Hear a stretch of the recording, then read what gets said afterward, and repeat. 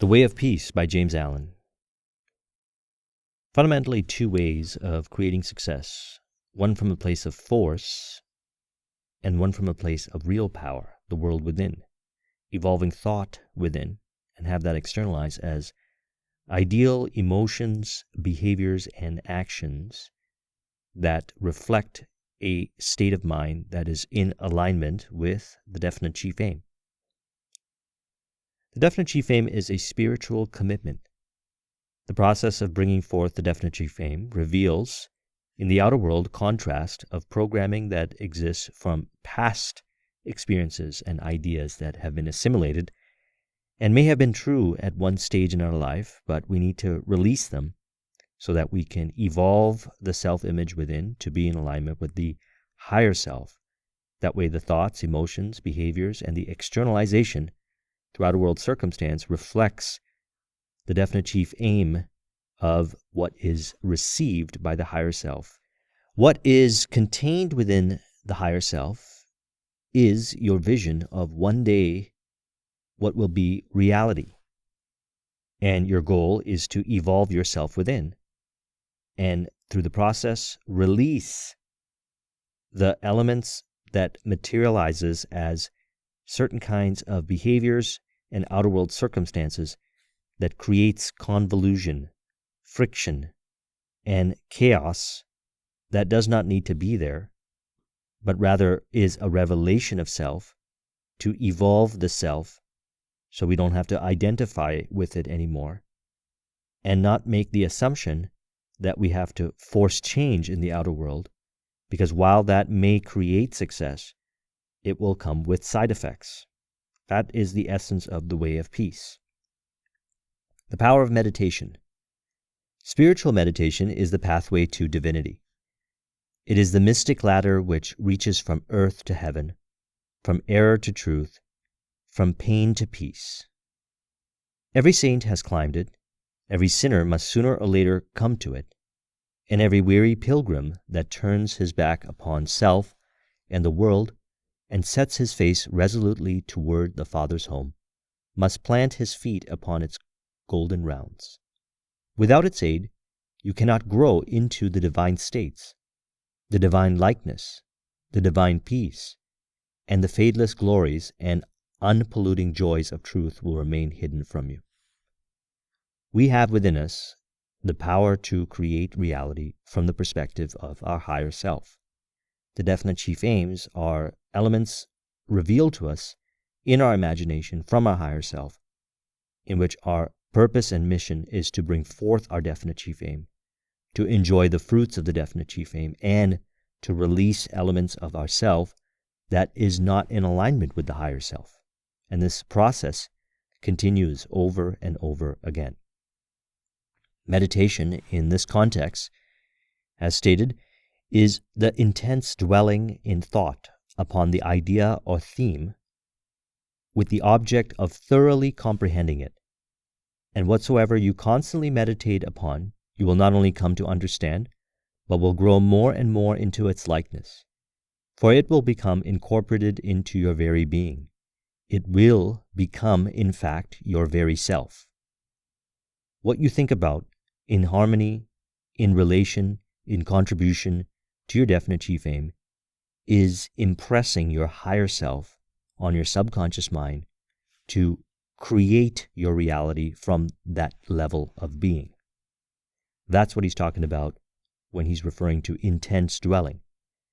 It is to commit to yourself that you are going to dwell in thoughts of harmony and maintain dwelling in thoughts of harmony in relation to your definite chief aim. If there is a desire to dwell in thoughts of disharmony or unrelated to the definite chief aim, then this is based on past versions of the self-image, past versions and experiences of your reality that is looking to externalize, express again, and upon reflection of what is being expressed in the outer world, people, environment, circumstance, and information, we can reveal what has been impressed on our mind prior to externalize again and again and release that programming. Watch the video I did on subconscious mind reprogramming modalities. I'll put a link in the description. So what we're really doing is looking to meditate upon the thoughts of harmony that are in relation, not from a place of force, but choosing those thoughts, honoring those thoughts, and having a desire to constantly reflect upon those thoughts and encourage those thoughts of harmony in relation to the definite chief aim. These are thoughts of emotion, action, outer world, people, environment, circumstance, and information that are in harmony to the definite chief aim. He who would secure any worldly advantage must be willing to work vigorously for it. For he would be fooled indeed who, waiting with folded hands, expected it to come to him for the mere asking. Do not then vainly imagine that you can obtain the heavenly possessions without making an effort. So what is the effort? The effort is releasing the aspects of the self-image that form the identity based on past information, past programming, past opinions that may have been true to you at one point, but are not in alignment with this higher definite chief aim and realization of the higher self. Only when you commence to work earnestly in the kingdom of truth will you be allowed to partake of the bread of life. And when you have, by patient and uncomplaining effort, earned the spiritual wages for which you ask, they will not be withheld from you. The only things that are withheld from us are the things that we withhold from ourselves based on our thinking.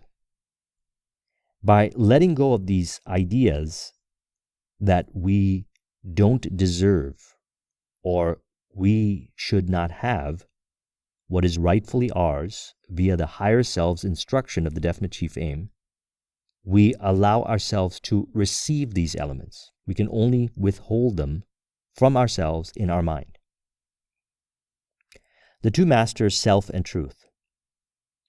Upon the battlefield of the human soul, two masters are ever contending for the crown of supremacy, for the kingship and dominion of the heart. The master of self, also called the prince of this world, and the master of truth, called also the Father God. The master self is the rebellious one whose weapons are passion, pride, avarice, vanity, self-will, implements of darkness. The master of truth is that meek and lowly, one whose weapons are gentleness, patience, purity, sacrifice, humility, love, and instruments of light. Instruments of light to reveal the aspects within ourselves, to shed light onto aspects of ourselves that kept us in a level of consciousness in which we call darkness, those aspects within ourselves that we did not understand.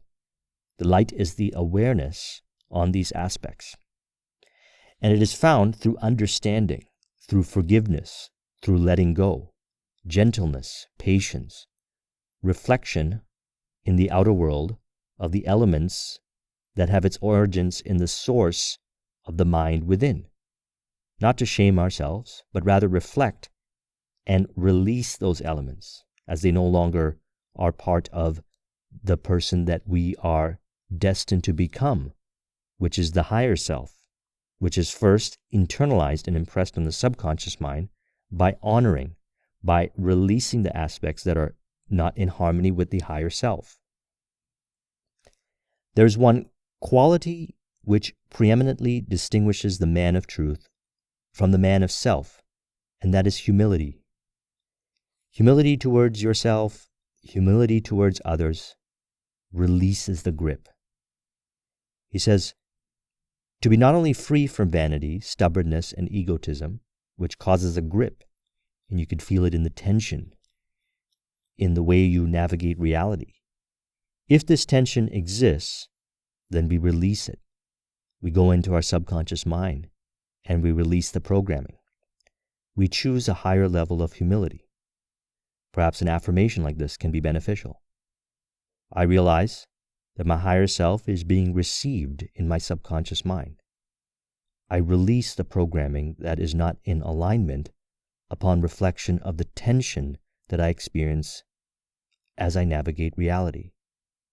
as I experience tension, I also experience the release of tension. I find myself then reflecting as humility towards myself and others, the release of the tension.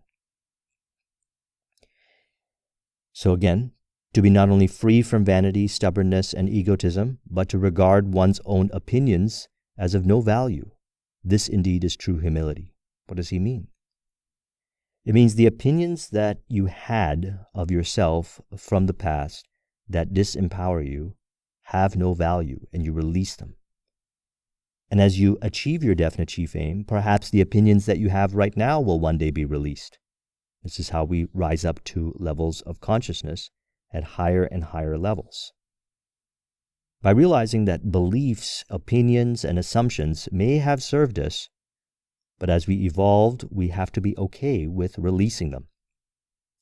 This is a being of humility, not identifying with the opinions and beliefs and assumptions, but rather okay to release them, to internalize and realize and express the higher self.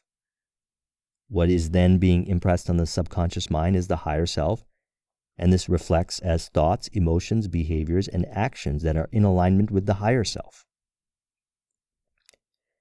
The acquirement of spiritual power. Men and women of real power and influence are few, because few are prepared to make the sacrifice necessary to the acquirement of power, and fewer still are ready to patiently build up character. Now, this book was written a while back, and this has been changing. What we're noticing is that more and more individuals are taking the power back. By taking the power back, it's the reflection of the cause within and the effect in the outer world, and changing the cause within, not fighting the outer world, but evolving ourselves within to a higher level of empowerment and understanding that there is possibilities, that there are thoughts that are in harmony and supportive to ways of creating our definite chief aim that will be revealed to us. That's what we call faith. So what is the sacrifice then? The sacrifice is really letting go of past opinions, of past identities, of past elements that may have been true before, but are not in alignment and are revealed in how we react, in the tension that we have. Reaction to the outer world from a perspective of negativity is a revelation of the programming within. That's what it is. We can identify this programming and release this programming. Watch the video I did on subconscious mind reprogramming modalities. I'll put a link in the description. By releasing this programming, we're less likely to react, or we don't react. Instead, we proactively respond and move forward in an objective way to the realization of the definite chief aim, thus living the higher self. To be swayed by your own fluctuating thoughts and impulses is to be weak and powerless. To rightly control and direct those forces is to be strong and powerful. What are these fluctuating thoughts? These fluctuating thoughts are an indication of an individual who has not fully realized the version of their higher self that is in alignment of the definite chief aim. And that's okay, because this is a journey. So what do?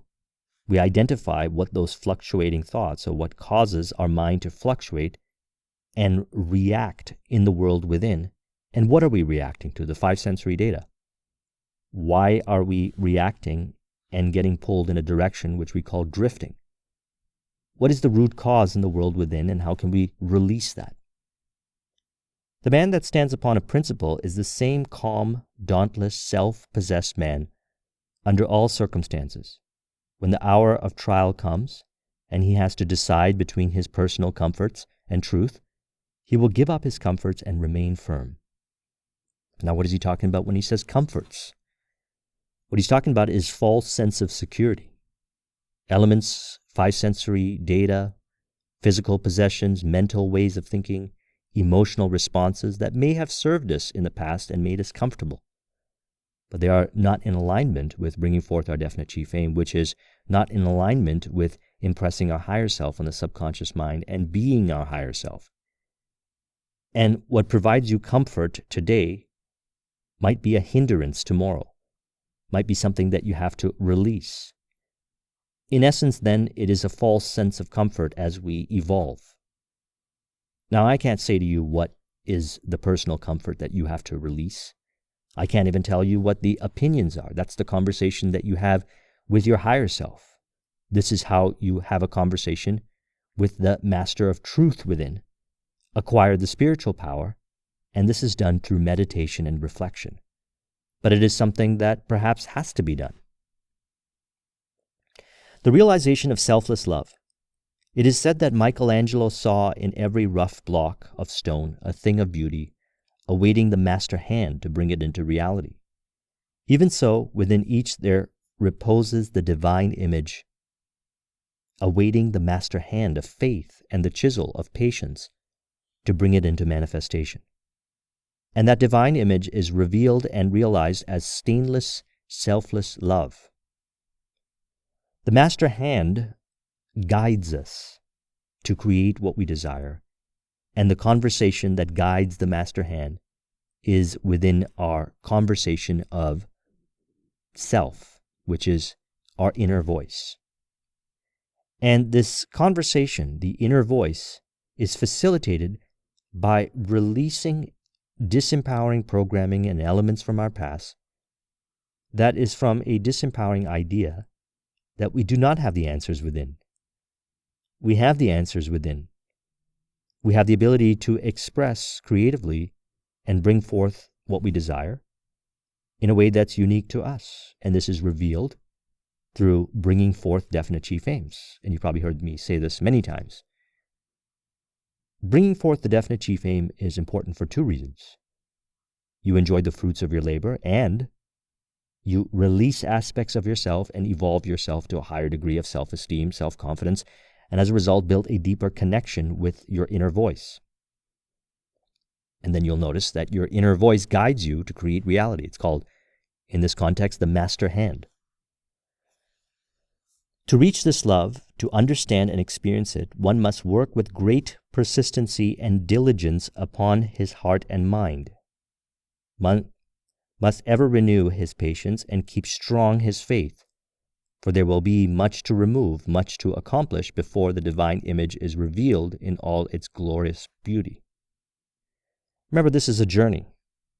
You have a definite chief aim, you bring it forth, and in the process of bringing it forth, you remove aspects that you believe to be true, opinions about yourself and others that were from a perspective of disharmony, not in the spirit of harmony, which is benefit for you, others, divine, and evolution.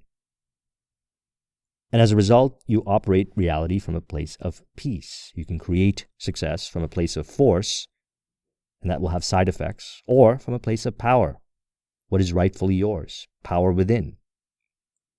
Real power does not come from a place of force, and continuously evolves to higher levels of power. Watch the discussion I did on Power versus Force by David Hawkins. I'll put a link in the description.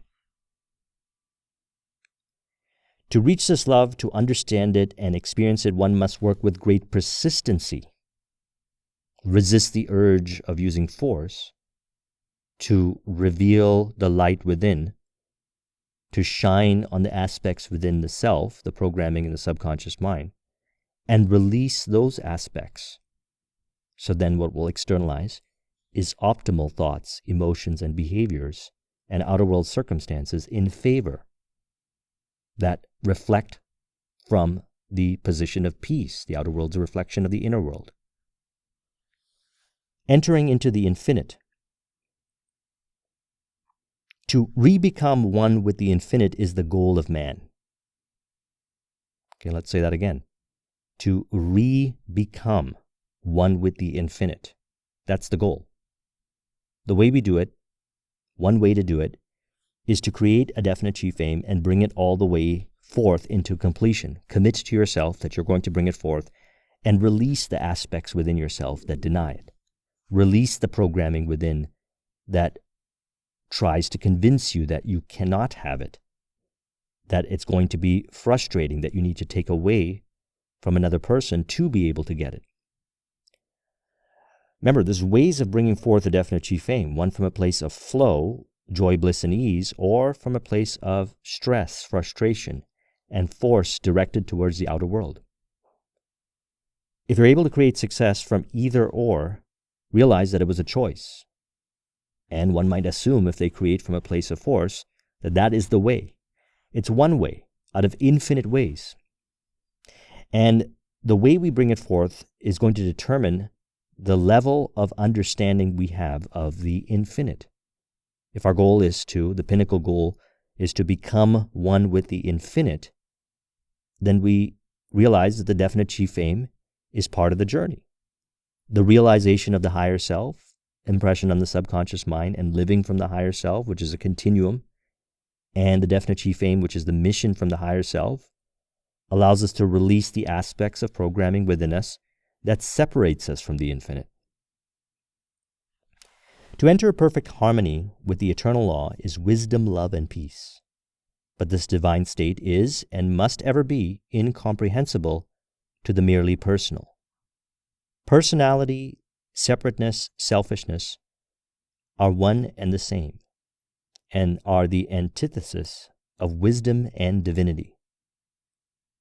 By the unqualified surrender of the personality, separateness and selfishness cease, and man enters into the possession of his divine heritage of immortality and infinity. It's the realization that the personality or the self-image is temporary. It is not who we really are. It is the lens on how we experience reality. And we can change this self-image. We might have prior states of consciousness believed it to be impossible. But as our consciousness rises, as we do the work on ourselves, we notice that we change, and thus the personality is changing. So what do we change our personality to? Well, we can change it to whatever we'd like, but if we change it in a direction of force, we live from the perspective of force. If we change it from the perspective of higher self, we live from the perspective of higher self and thus create accordingly. Whatever personality we choose to assimilate and identify it will reveal itself in the outer world, in the circumstances, people, environment, and information. And the way we create success, either from a place of force or from a place of peace. Saints, sages, saviors, the law of service. The measure of a man's truth is the measure of his love, and truth is far removed from him whose life is not governed by love. He who is patient, calm, gentle, and forgiving under all circumstances manifests the truth. Truth will never be proved by wordy arguments and learned treatises, for if men do not perceive the truth in infinite patience, undying forgiveness, and all-embracing compassion, no words can ever prove it to them. Truth is found in the world within, and it is found by rising above complexity. The identification with complexity is what we call chaos. When a person releases the programming that causes them to identify with chaos and not sees, as Carl Jung put, very important, he said, in all chaos there is a cosmos, in all disorder a secret order. Their inability to see the secret order in the chaos is because they have identified with the chaos, which is an indication of them identifying to a self that is not in alignment with the higher self. The more we align and impress and live the higher self by identifying the definite chief aim and creating the definite chief aim, evolving the programming within, the easier it becomes to rise above complexity and be able to find the order and the disorder. You may even get to a level where you're able to see order where others only see disorder, and thus you will remain calm as you will watch the outer world change and produce the results. It is given to the world to learn one great and divine lesson, the lesson of absolute unselfishness. The saints, sages, and saviors of all time are they who have submitted themselves to the task and have learned and lived it. All the scriptures of the world are framed to teach us one lesson. All the great teachers reiterate it. It is too simple for the world which, scorning it, stumbles along in the complex ways of selfishness. Okay, complex ways of selfishness.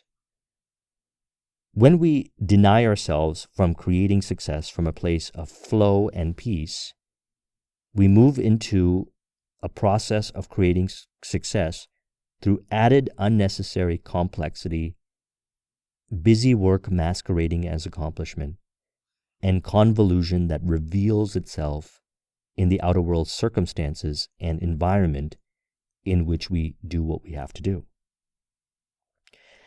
And if a person does not understand this stuff, they identify with it. As mentioned earlier, identifying with the chaos. They believe it's the only way. But as they begin to realize the cause in the inner world, they release themselves from the cause in the inner world and start to see more order. They then choose order and experience order in even situations that experience for many others as extremely chaotic. The realization of perfect peace. Come away for a while from external things, from the pleasures of the senses, from the arguments of the intellect, from the noise and the excitements of the world, and withdraw yourself into the inmost chamber of your heart, and there, free from the sacrilegious intrusion of all selfish desires, you will find a deep silence, a holy calm, a blissful repose. And if you will rest a while in that holy place and will meditate there, your faultless eye of truth will open within you, and you will see things as they really are. This holy place within you is your real and eternal self. It is the divine within you. And only when you identify yourself with it can you be said to be clothed and in your right mind. It is the abode of peace, the temple of wisdom, the dwelling place of immortality.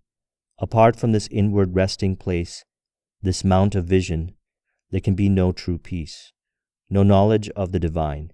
And if you can remain there for 1 minute, 1 hour, or 1 day, it is possible for you to remain there always. Subdue the animal within you. Conquer every selfish uprising, every discordant voice. Transmute the base metals of your selfish nature into the unalloyed gold of love, and you shall realize the life of perfect peace. Thus subduing, thus conquering, thus transmuting, which again is all done in the world within, along the journey of creating your definite chief aim. And that's why it's important to pick a definite chief aim, which is revealed to you if you ask by your higher self, and see it all the way till completion by evolving yourself within till it is realized. This is the subduing. This is the conquering. This is the transmuting. He says, you will, O reader, while living in the flesh, cross the dark waters of mortality and will reach that shore upon which the storms of sorrow never beat, and where sin and suffering and dark uncertainty cannot come. So, an important point to remember is that you want to re-become, as he states, one with the infinite. That is the goal. And the way we do it is by creating a definite chief aim and seeing it all the way till completion and releasing the thought processes, the emotional reaction, and the behaviors that are not in alignment with that definite chief aim. That's how you release the fluctuating thoughts. That's how you experience what he calls meditation of thought.